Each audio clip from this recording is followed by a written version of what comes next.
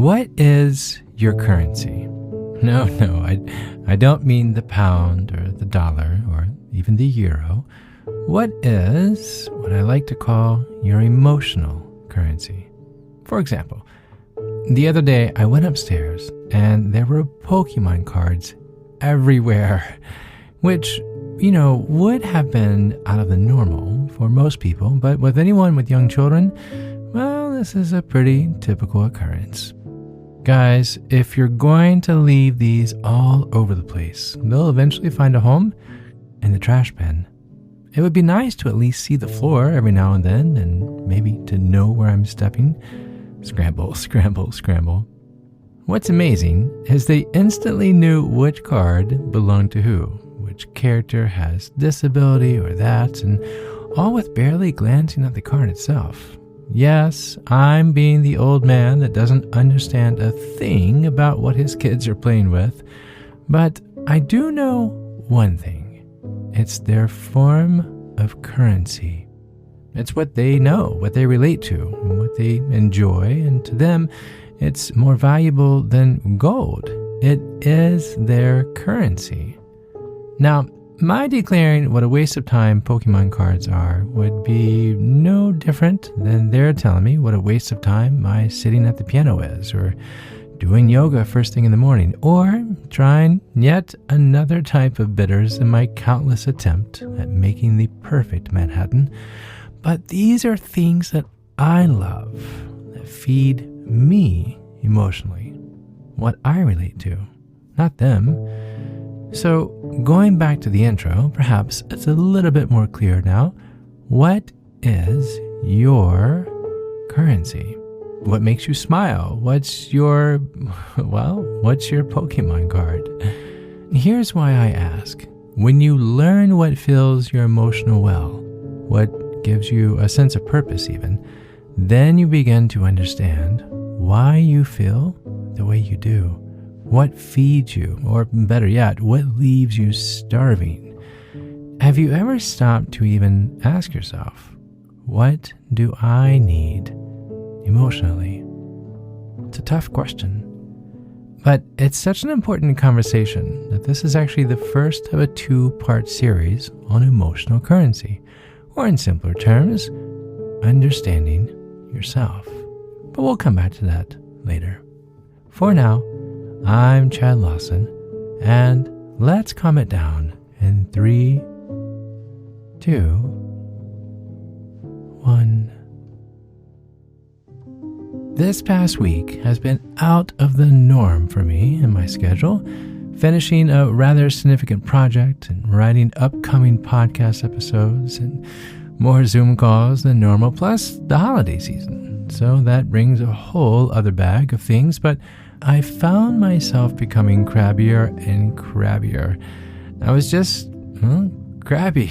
I was tense. I was grumpy. I was more tired than usual, especially going to bed later than normal. So on and so on. Does this sound familiar? I'm sure I am not alone. And while I knew all of these things were depleting me, I really didn't stop to ask myself, why? Why do I feel this way? I just kept going with my head down, ignoring what my body was telling me, ignoring what my heart was telling me, and just went on to the next thing. One morning, out of nowhere, my wife asked, "Have you spent any time at the piano lately?" "No, I've just had so much going on. I've been way too busy." Yeah, I see. "Did you go for a run or do any yoga today?" "No, absolutely not." "Yesterday?" Nope." "The day before?" "No, not to that either." "Well, hello, you big goof. No wonder." And she had a point. So walking into my studio after dropping the kids at school, I hit the lovely Do Not Disturb button on my phone, pulled out the mat, launched the Allie Yoga app, which is amazing, by the way, if you're looking for one. And no, they don't sponsor the podcast. And I did a full sweaty hour of a vinyasa. Now, I must confess, opening the video and seeing the routine was a full hour almost made me change my mind. That's a whole hour. I could be working on something, I said to myself. No, I'm going to do this. I'm starting my day with a complete reset, emotionally and physically. Minutes in, I was dripping with sweat. My muscles were shaking, my breath was picking up, but my mind was becoming calmer. My mood was changing. I could literally feel my body releasing the tension that I had been piling on for the past few days. The rest of the day, I felt like I was returning to myself. Why have I kept putting this off every day? I was inspired to sit at the piano to finish an arrangement that was way past due. I went for a walk that afternoon with the kids without thinking about the other 100 things that my mind normally wrestled with surrounding work. I was present. I was at peace. And then it struck me. Time. Time is my currency. Time to myself, to recenter, or even time that's one-on-one with someone with undivided attention. Time is what feeds my emotional monster, particularly time alone as an extreme introvert, but just simple, quiet, uninterrupted time to recharge, to reconnect, and to recenter. So let me ask you, what is your currency? It could be words of praise. I won't mention names, but someone close to me is 100% words of praise. That's amazing, I would say. Or, wow, that's really beautiful. Or creative. Well done. And they would just beam with excitement. Another friend is gifts, and nothing extravagant. They just love receiving gifts. And even just a thoughtful, hey, I picked you up a latte when I was grabbing an Americano. That kind of thing. It literally changed their entire day. And I've learned that about them now. Someone else that's close is more of the helping hand scenario. Taking the time to help them with a chore, like walking the dog or running an errand for them. We each have different currencies, different happy deposits, so to speak. My wife is 100% all about people. The more the merrier. She is an extreme extrovert, and being around others recharges her emotional battery more than anything else. I could do 20 loads of laundry. I could unload the dishwasher 50 times and cook dinner for the next month, and it would pale in comparison to what she receives from being around other people. So, here's what I would like for you to try to do. And there's a reason in this that you'll see the benefits from, but it's also for those around you. On a sheet of paper, write out a few things you have found that bring you even the smallest of pleasures. Just you. I give you complete carte blanche to be greedy on this, just this time. No one is looking over your shoulders. What makes your heart full? Maybe downtime with someone, or even some quiet time alone, or perhaps it's praise from someone else. Is it receiving gifts? Does that make your face brighter than anything?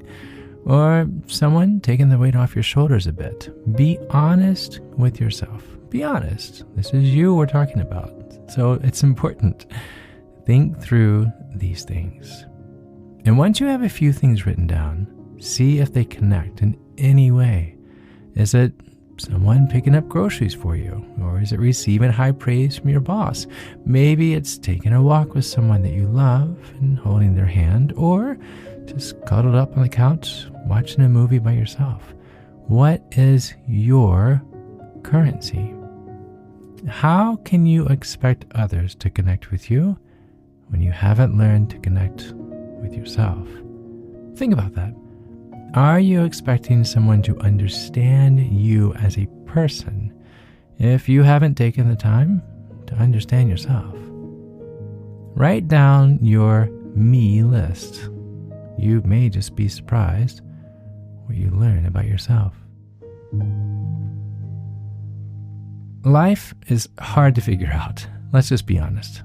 From the difficult things like where should you live to even the mundane things like should I buy the ankle socks or the mid-calf socks as you stand in the aisle with both in your hand. Get the ankle socks. But just like you would never drive a long distance the first time without a map, waking up each day without your own emotional compass is going to send you down some detours that just aren't worth taking. So, knowing where your heart lies and what gives you life will make your journey far more fulfilling. Now, last thing, keep your list on your nightstand or on the bathroom counter. Go through what you emotionally need before getting caught up in the day-to-day, only to get home hours later completely drained and wondering, what just happened? Why do I feel so empty? And now, this list has another purpose, one you may not have thought of, but for that, you'll just have to wait and find out in next week's episode of Calm It Down. See you then.